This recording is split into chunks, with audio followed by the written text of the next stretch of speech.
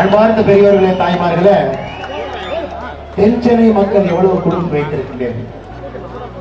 2 அற்புதமான ராஜ்பவன், ஆயிரக்கணக்கான மக்களுக்கு நடுவே ஒரு ஆளுநர், இந்திய அளவிலே தனி ஒரு மரியாதை. ஆனா இங்க ஆட்சியில் இருக்கிறவங்க எல்லாம் ஒரு சேருக்கு வந்தாங்கன்னாங்க, அந்த சேர்ல அவர்களுக்கு பிறகு அவருடைய மகனோ மகளோ, அவர்களுக்கு பிறகு பேர குழந்தைகள். இப்ப 5G 5ஆம் ஜெனரேஷன்ல தமிழகத்தினுடைய நாற்காலி இருக்கு.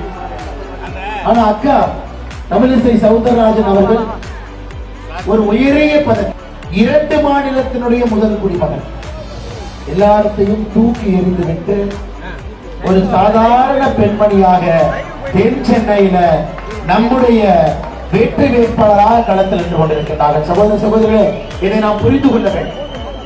அப்படி எந்த அளவுக்கு அவருக்கு ஒரு வேள்வி இருக்கும், எந்த அளவுக்கு ஒரு ஆனந்தம் இருக்கும், எந்த அளவுக்கு இந்த மக்களுக்கு நான் பணி செய்ய வேண்டும் என்கின்ற ஒரு அக்கறை இருக்க வேண்டும். அப்படிப்பட்ட ஒரு அற்புதமான வெற்றி வேட்பாளர் தென் சென்னை மக்களுக்கு அக்கா தமிழிசை சவுந்தரராஜன் அவர்கள் இருக்கிறார்.